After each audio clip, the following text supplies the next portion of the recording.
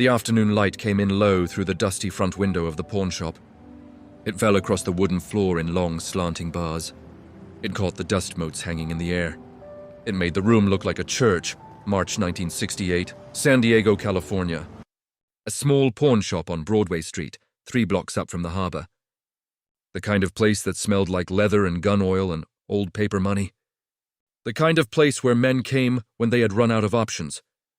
The owner was a man named Saul Bergstein, 58 years old, balding, heavy in the middle. He wore a white shirt with the sleeves rolled to his elbows and a pair of dark suspenders that pulled tight over his stomach. He had thick-rimmed glasses that he wore low on his nose, and when he counted money, he did it with both hands, his lips moving silently with the numbers.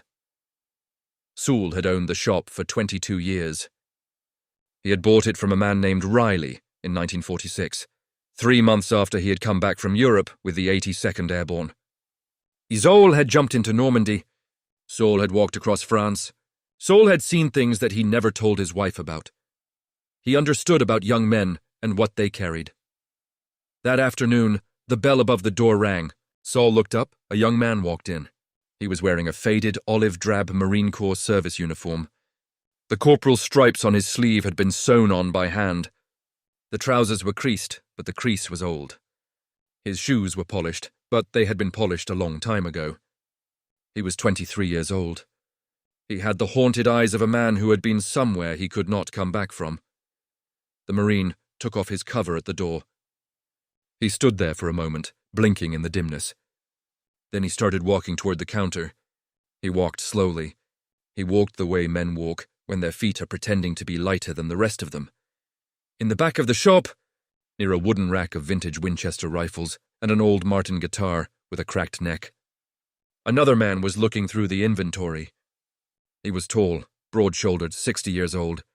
He wore a plain brown work shirt with the sleeves rolled to his elbows, dark wool trousers, brown leather boots that had seen a lot of trail dust, and a wide-brimmed dark brown felt hat that had seen even more. His hair was grey-brown, combed back. His face was weathered the way old leather gets weathered. He had walked into the shop 10 minutes before, looking at a 1894 Winchester rifle that Saul had taken in trade the week before. He had been thinking about buying it. He liked old guns the way some men liked old wines. When the bell rang, he looked up. He did not say anything. He just watched. The Marine reached the counter. He set his cover down on the glass. He pulled a small white handkerchief out of his uniform pocket. The handkerchief had been folded into a square the size of a deck of cards.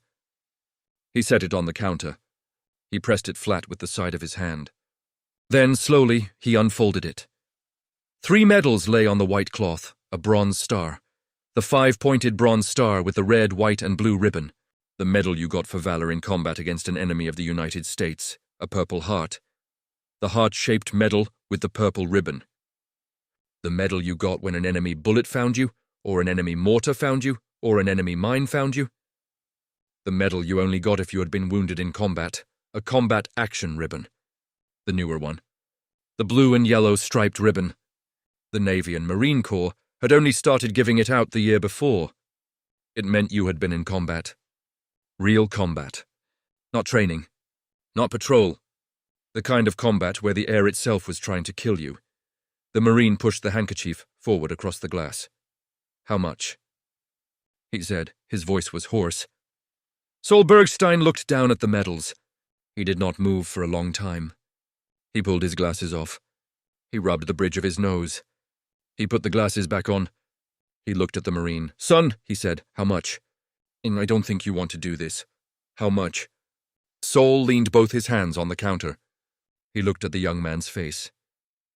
He looked at the medals. Son, I will give you $40 for the lot.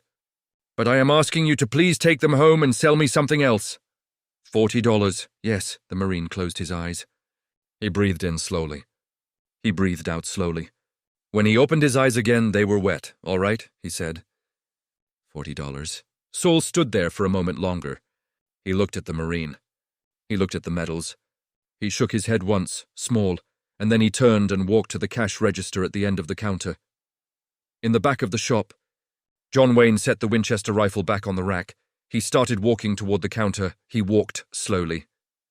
He had bad knees from too many years of falling off horses for too many cameras, and he had a missing lung from cancer 4 years before. He walked the way old men walk, who are not going to apologize for being old. He took his time. When he reached the counter, he stopped. He stood about 3 feet behind the Marine. The Marine did not turn around. He was watching Saul count out too. $20 bills from the register. Wayne looked at the medals on the white handkerchief. He looked at them for a long moment, then he spoke, "Son." The Marine did not move. "Son, excuse."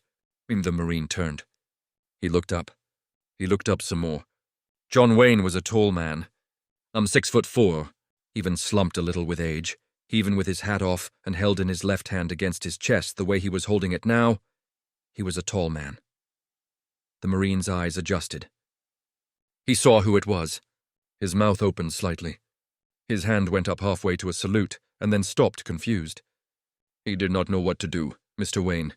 "It's all right, son." "Just John. Mr. Wayne, What's your name, son?" The Marine swallowed. "Reeves, sir." "Tommy Reeves. Corporal, United States Marine Corps. Where are you from, Tommy?" "Bakersfield, sir, originally." "Bakersfield, I know it. Pretty country up there." Wayne looked at the medals on the counter.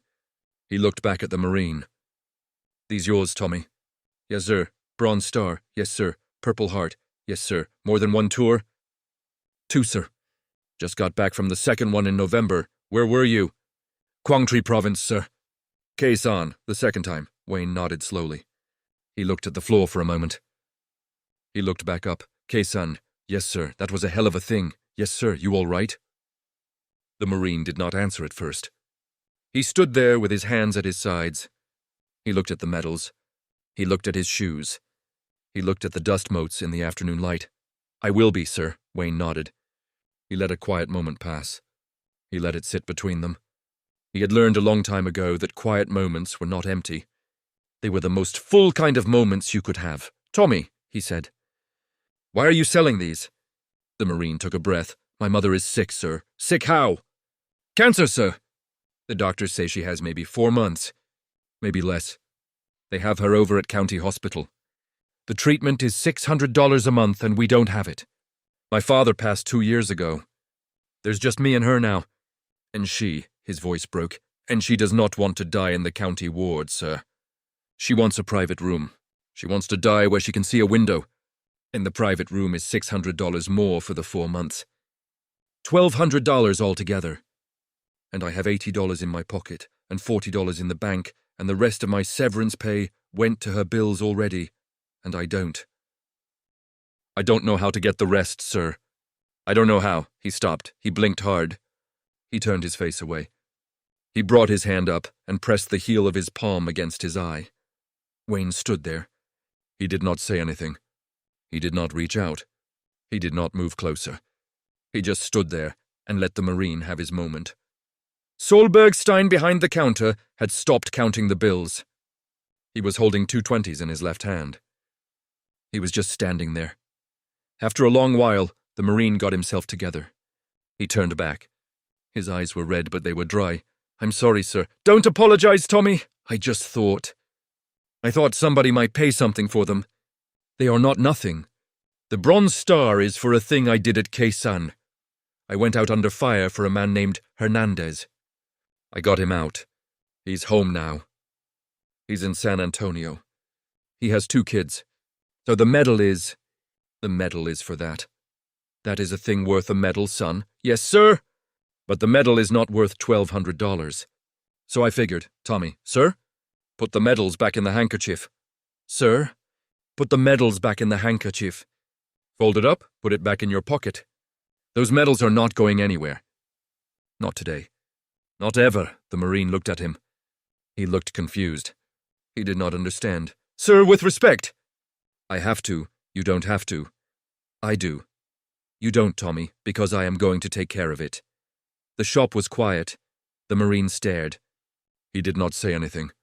He did not move. "You're going to." "I'm going to take care of your mother's hospital bills. I'm going to pay for the private room. I'm going to pay for the medication. I'm going to pay for whatever else needs paying for. You go home, Tommy. You go home and you sit with your mother. That is your only job for the next 4 months. Sit with her. Hold her hand. Tell her about Hernandez and the children. Tell her every story you ever wanted to tell her. Do you understand me? The Marine was shaking his head, slowly, not in refusal, just in disbelief. Sir, you can't. Yes, I can. I cannot accept that, sir. Tommy, you can. And you will, because I am not asking you.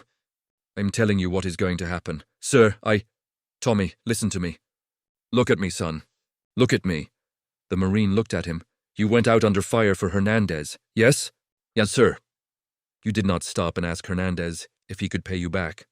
You did not stop and ask him if he had enough money. You did not stop and ask him what he was going to do with the rest of his life. You just went and got him. That's not the same, sir. It is exactly the same, Tommy. It is exactly the same. You went and got Hernandez, because that is what a man does when he sees a thing that needs doing. I'm going to pay your mother's hospital bills, because that is what a man does when he sees a thing that needs doing. There is no difference. There is no debt. There is just the doing. The Marine was crying now, openly. He did not bother to hide it. The tears just came down his face.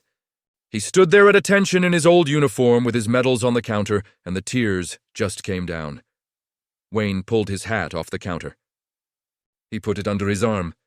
He pulled his wallet out of his back pocket. He opened it. He took out a folded stack of $20 bills, the size of a small book. He laid the stack on the counter next to the medals. Sewell, he said. You know me. Sewell nodded slowly. I know you, John.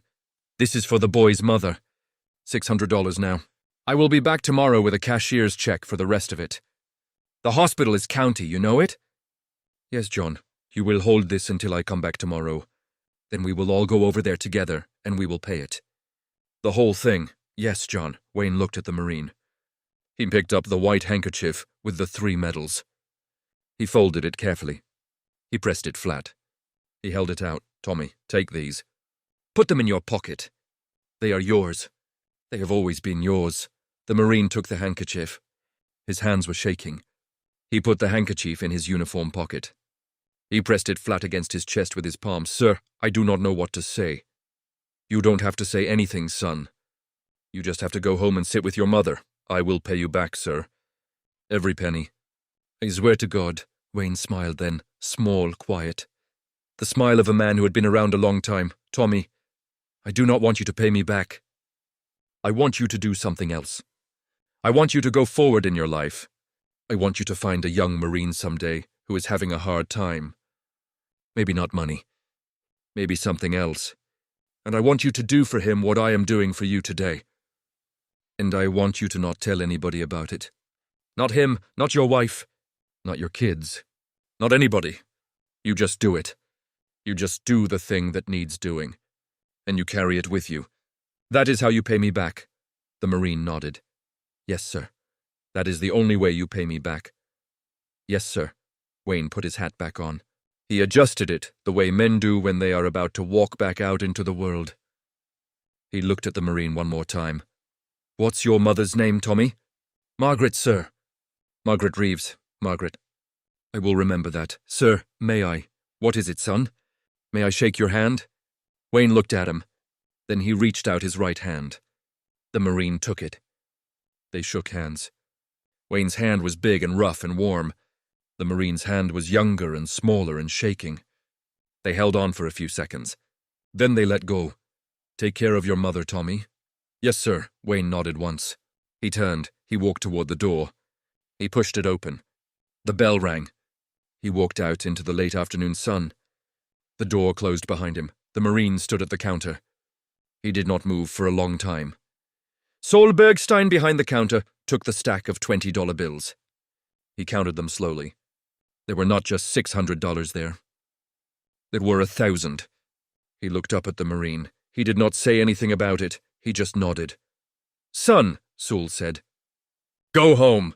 Go home and tell your mother she is going to a private room. Tell her she is going to see a window. The Marine nodded. He could not speak. He turned. He walked to the door. He pushed it open. He stepped out into the sun. The door closed behind him. Saul Bergstein stood behind the counter with $1,000 in his hand. He looked at the medals lying on the white handkerchief on the counter that the Marine had forgotten to take with him. The Marine was already gone. Saul could see him through the window, walking down Broadway Street. But then the door opened again. The bell rang. The Marine was back. His face was wet again. He came back to the counter. He picked up the handkerchief with his medals. He pressed it against his chest with both hands. He looked at Saul. "Thank you, sir. Don't thank me, son. I didn't do anything. You let him do it." Saul looked at the Marine. He took off his glasses. He cleaned them on his shirt. He put them back on. "Son," he said, "some things you let happen. Some things you don't get in the way of. That was one of them." The Marine nodded. He walked back out. The bell rang. The door closed. This time, he did not come back. The next day, John Wayne came back to the pawn shop with a cashier's check for $600. Saul Bergstein took the check. He gave Wayne back the $1,000 in cash from the day before. He said, "John, you already overpaid me by $400. Take this back." "I'm not the bank." Wayne took the $400 back. He folded it. He put it in his wallet. He nodded. The two men walked out of the shop together. They got in Wayne's truck. It was a dusty 1960 Ford F-100. They drove 3 miles to County Hospital. They walked in. They went to the billing office. They asked to see the file for Margaret Reeves. The clerk in the billing office was a woman named Eleanor Park. She was 50 years old. She wore cat-eye glasses. She was the kind of woman who had not been impressed by anything in 25 years of working at the hospital. She looked at Wayne when he gave her his name. She looked at him longer when she pulled the file. She looked at the file. She looked at Wayne again. "Mr. Wayne, the total balance is $1,240. With 4 months of private room and medication going forward, the projected total is $2,860. All right, sir? Bill it all to me, every penny, even now and going forward. If she lives longer than 4 months, you bill that to me too. If she needs anything that isn't on this list, you bill that to me too. You have my address?" Eleanor Park stared at him. "Mr. Wayne, with respect. Do you know this family?" "No, ma'am. You don't know them. No, ma'am. Met the boy yesterday. Don't know the mother. Then why? Because she's a Marine's mother, ma'am. And he wants her to die in a room with a window." Eleanor Park did not say anything. She wrote down Wayne's address. She wrote down the billing instructions. Her hand was shaking slightly. She did not understand why. Wayne paid the cashier's check. He put his hat back on. He turned to leave. "Mr. Wayne." "Yes, ma'am?" "I won't tell anyone." "Beg pardon?" "That you did this." "I won't tell anyone." Wayne looked at her. He smiled the small, quiet smile. "Thank you, ma'am. I would appreciate that." He walked out. He never came back to the hospital. Margaret Reeves moved into a private room that afternoon. The room was on the 3rd floor. The window faced east. In the morning, the sun came up over the desert hills outside San Diego and filled the room with warm yellow light. She lived 4 months and 11 days. She died on July 23, 1968. Her son Tommy was sitting beside her, holding her hand. The hospital bills came to $2,896.40. Wayne paid every one of them. His office sent a check the same day each invoice arrived. He never spoke about it. He never wrote about it. His wife at the time, Pilar, did not know. His business manager handled it as a line item under Personal Charity, Anonymous. Tommy Reeves never told anyone about what happened in the pawn shop. Not his future wife. Not his children. Not his fellow Marines at the VFW post he joined in 1971. He kept the medals. He kept the white handkerchief, folded the way it had been folded that day. He put them all in a small wooden box on the top shelf of his closet, behind the winter blankets.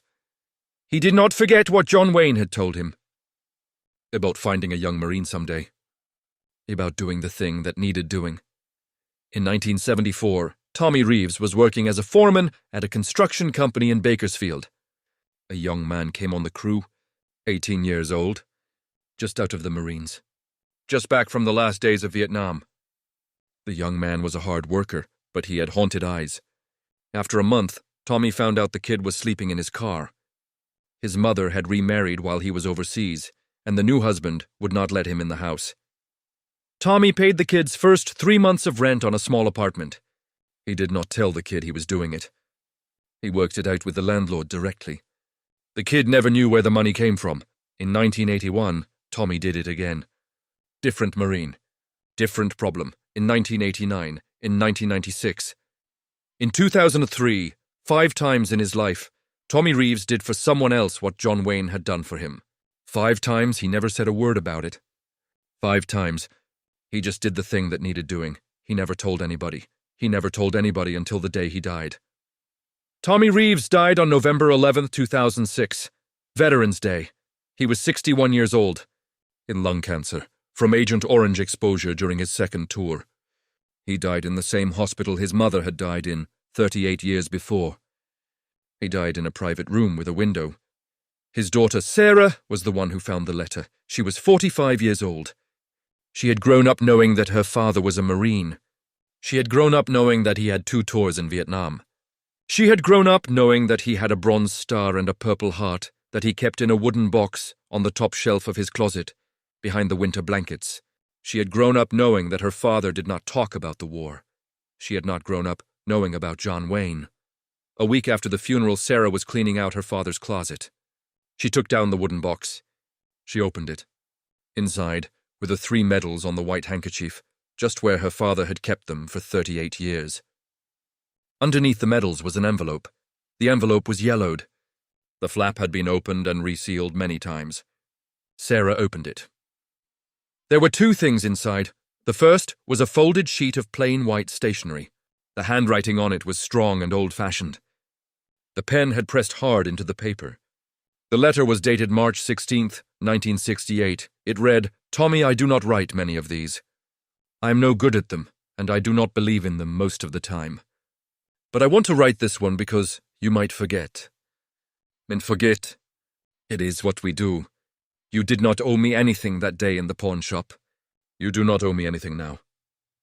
You did not owe me anything ever. What I gave you was not a loan. It was not a kindness. It was not a charity. It was the rent we all pay for living in this country and being free men. You paid your rent at Quezon. You paid my rent. So when I paid for your mother, I was just paying you back for that. There is no debt. Now you go on. You raise some children. You love a woman well. You work hard. You stay quiet about things that ought to be quiet. And someday you will see a man who is having a hard time. Maybe a young Marine. Maybe not. But you will know him when you see him. And on that day you will think about your mother dying in a room with a window. And you will do the thing that needs doing. That is how this works. That is the only way it works. God bless you, son. God bless your mother. Yours, John Wayne." Sarah read the letter 3 times. The second thing in the envelope was a list. It was in her father's handwriting. The handwriting got older as the list went down. The list had 5 names on it. 5 Marines. 5 dates. Gave amounts of money. Beside the last name on the list, her father had written 1968, Pawn Shop, San Diego. The only debt I ever paid in my life that mattered. Tell Sarah someday. Tommy Sarah Reeves sat at her kitchen table for a long time. The letter was in her left hand. The list was in her right. The medals on the white handkerchief were on the table in front of her. The afternoon light was coming in through the kitchen window. It caught the dust motes in the air. It made the kitchen look like a church. She cried for a while, then she got up. She went to the wall. She took down a framed photograph of John Wayne that her father had hung there in 1979, the year Wayne died. She had asked her father once, when she was a little girl, why they had a picture of John Wayne in the kitchen. Her father had just looked at it. He had said, "Because, baby, because." She had never asked again. Now she knew. She sat back down at the table. She put the letter back in the envelope. She put the envelope in the wooden box with the medals. She put the box on the kitchen table where she could see it. Then she picked up her phone and called her brother in Sacramento. She told him everything. Her brother was quiet for a long time. Then he said, "Sarah, did Dad ever do it?" "What do you mean?" "What Wayne told him. Did Dad ever do it for somebody else?" Sarah looked at the list of 5 names. "Yeah," she said. "Yeah, he did. How many?" "5. Her brother breathed out slowly on the other end of the line. My God, I know, what do we do? Sarah looked at the photograph of John Wayne on the kitchen wall. She looked at the medals on the table. She looked at the list of 5 names. We do what Dad did, she said. What does that mean? It means we don't talk about it. We just do it. We find somebody who needs help and we do it. That is what Dad would have wanted. Sarah, we can't afford that. Not like Wayne. No, but we can do something. Whatever we can do. That is the point. That is the whole point. Her brother was quiet again. All right, he said. All right, Sarah, all right. Sarah Reeves never did talk about it. She did help 2 veterans over the next 12 years. Small ways. Quiet ways. The kind of ways that did not make the news and did not show up in the papers and did not get told at parties. She paid one man's rent for 6 months when he came back from Iraq with PTSD and could not work. She helped another man's wife with daycare for a year so the wife could go back to school. She told nobody. Not her husband. Not her children. Her brother in Sacramento did the same. He helped 3 men. He told nobody. The story of John Wayne and the pawn shop only came out in 2018. A reporter named Dolores Hutchinson at the San Diego Union Tribune was working on a piece about old San Diego pawn shops for a Sunday feature. She tracked down Saul Bergstein's son, who had inherited the shop in 1989 when Saul died. Saul's son was 65 years old himself by then. He had been working in the shop since he was 16.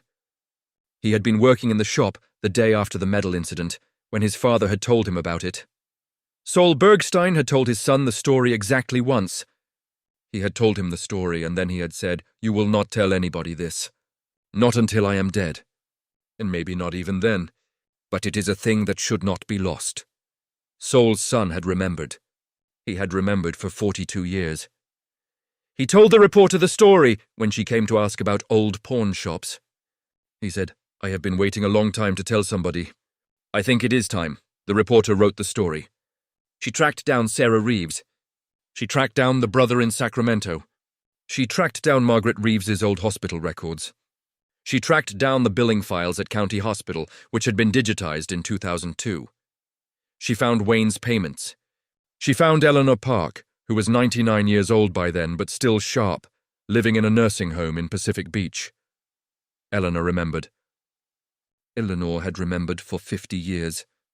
The story ran on the front page of the Sunday edition on October 14th, 2018. The A headline was simple, "The Day John Wayne walked into a pawn shop." The story spread. It got picked up by the wire services. It ran in newspapers across the country. People who had thought they knew everything about John Wayne found out they had not known this. People who had never thought much about John Wayne found themselves thinking about him. The Marine Corps Heritage Foundation reached out to Sarah Reeves. They wanted to honor her father's memory. They wanted to put up a small plaque at Camp Pendleton. Sarah said yes, but only if the plaque mentioned John Wayne, too. They agreed. The plaque was put up on March 16th, 2019, 51 years to the day after the incident in the pawn shop. The date that John Wayne had written on the letter. The plaque was small. It was bronze. It was set into a low stone wall outside the base library.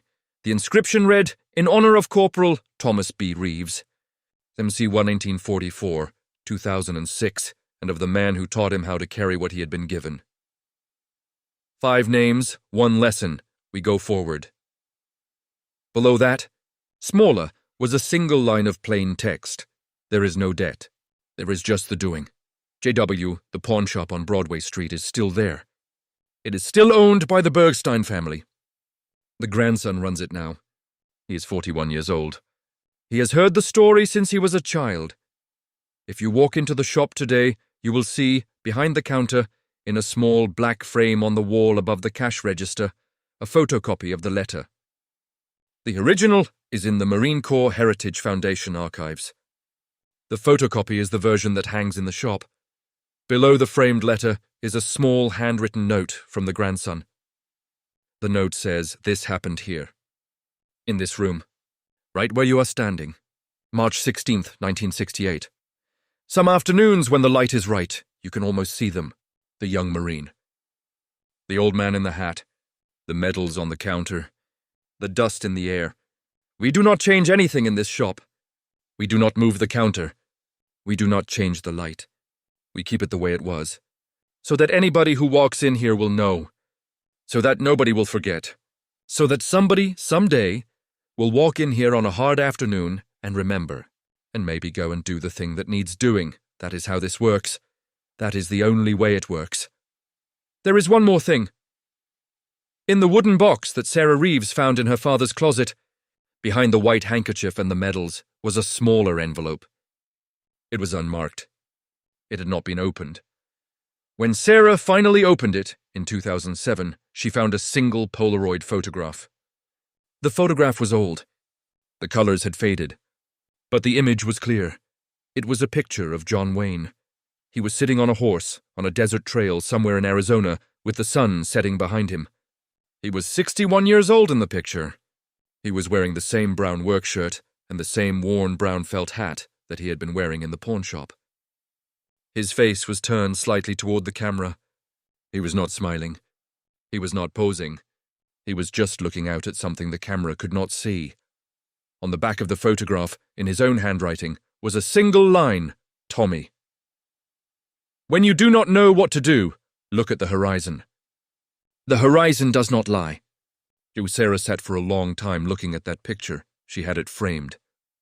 It hangs now in her living room, next to the photograph of her father in his Marine uniform, next to the photograph of her grandmother Margaret, who died in a private room with a window in 1968.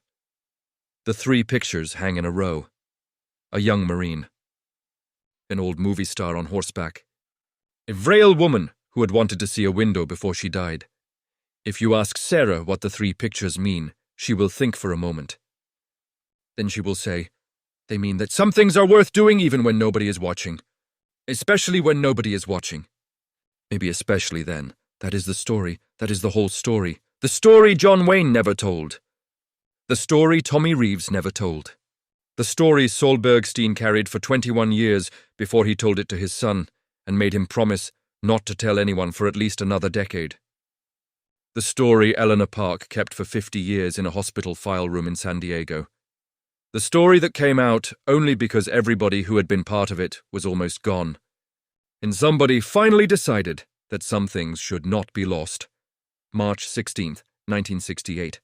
San Diego, California. A small pawn shop on Broadway Street. A young Marine who could not pay his mother's hospital bills. An old man in a brown work shirt who walked in to look at a Winchester rifle and walked out having paid the rent. There is no debt. There is just the doing. That is how it works. That is the only way it works.